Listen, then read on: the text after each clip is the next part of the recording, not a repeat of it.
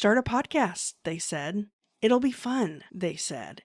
And it is. But what they didn't tell you was how to properly market and monetize your podcast. You hear about other podcasts doing it, but you don't know how. My new book, 27 Ways to Market and Monetize a Podcast, solves this problem. You can get a free copy at podseam.com/free book. It's time to stop spinning your wheels, and it's time to start making connections, getting clients, and making money with your podcast. That link again is podseam.com/free book. That's podseam.com/free book. Welcome to the Frugalpreneur podcast. I'm your host, Sarah St. John. My guest today is Dave Molenda. He is the founder of Positive Polarity, which is a coaching and training firm that brings solid growth to companies from over 30 years of experience growing his own business to over 10 million annually.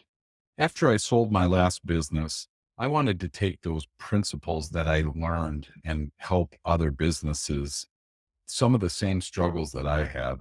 A lot of it started with me writing my book, Growing on Purpose, where we focus on two things: strengthening the team and improving the customer's experience. And so those two pieces are so important in a team.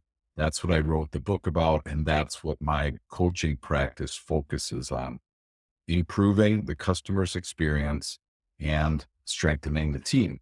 Because when those two pieces are present, profit isn't automatic. It's really hard to have a great team and great customer experience and not make money. This has always been a challenge for me because I firmly believe that I want to hire the best people and let them do their best. So it's hard for me to bootstrap my business, but there are some things like free LinkedIn profile. I try not to spend any money on any marketing pieces, but try and get those done in-house, and trying to be creating things for myself as much as possible. And so when we first started out, it was just me. So I had to do the invoicing. I had an accountant, I had an attorney for the things we needed to be outside my pay grade, so to speak. But I really wanted to make sure that I was doing as much as I can to save as much money as possible. There was a spot though where it made more sense to enlist others and allow me to continue to build my business, and they support me in that effort. So that's a tough spot, but you can find ways to bootstrap your business and not pay for things. And a lot of free apps are out there. And so I would encourage you to look around as much as you can, with the understanding that you want to make sure that you leave the professionals to do their thing while you do yours. My biggest success, I have to say, in bootstrapping is still LinkedIn. I have not had to pay LinkedIn a penny, and I have received so much positive work from that I have been able to do a great job on my profile and have other people say and comment that as well. So that was a big success.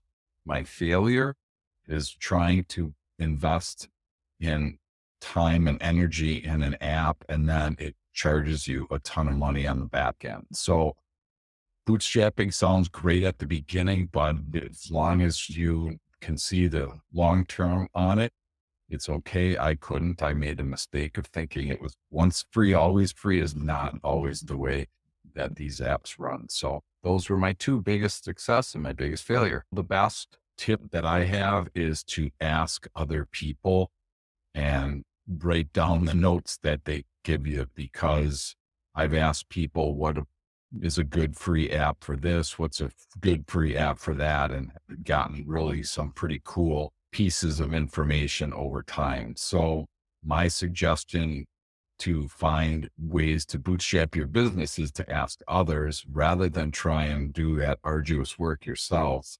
I just want to try and find somebody that's already found a good time management app or helps us on our CRM. Whatever we're trying to do, we start by trying to go to our community. And it's a great spot again for LinkedIn, is to ask LinkedIn, your followers, what's a good app that you're using, what's a free app that you're using, and watch the responses come in. You'll be surprised and excited to try some of these.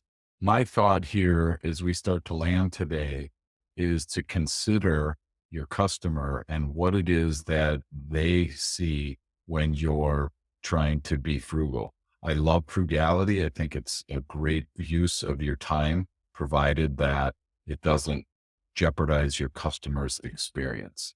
So I would make sure that anything that I'm doing, and I do make sure that anything that I'm doing does not jeopardize the experience that I want my customer to have.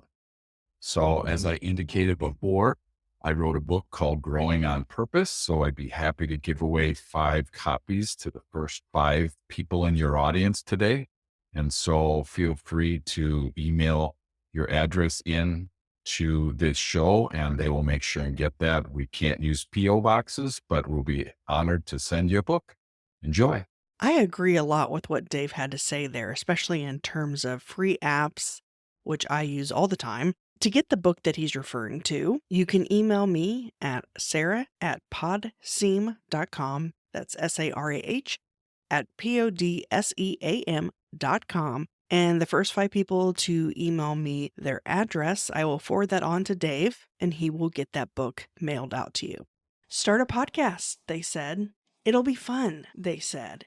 And it is. But what they didn't tell you was how to properly market and monetize your podcast. You hear about other podcasts doing it, but you don't know how. My new book, 27 Ways to Market and Monetize a Podcast, solves this problem. You can get a free copy at podseam.com/free book. It's time to stop spinning your wheels, and it's time to start making connections, getting clients, and making money with your podcast. That link again is podseam.com/free book. That's PODSEAM.com/free book.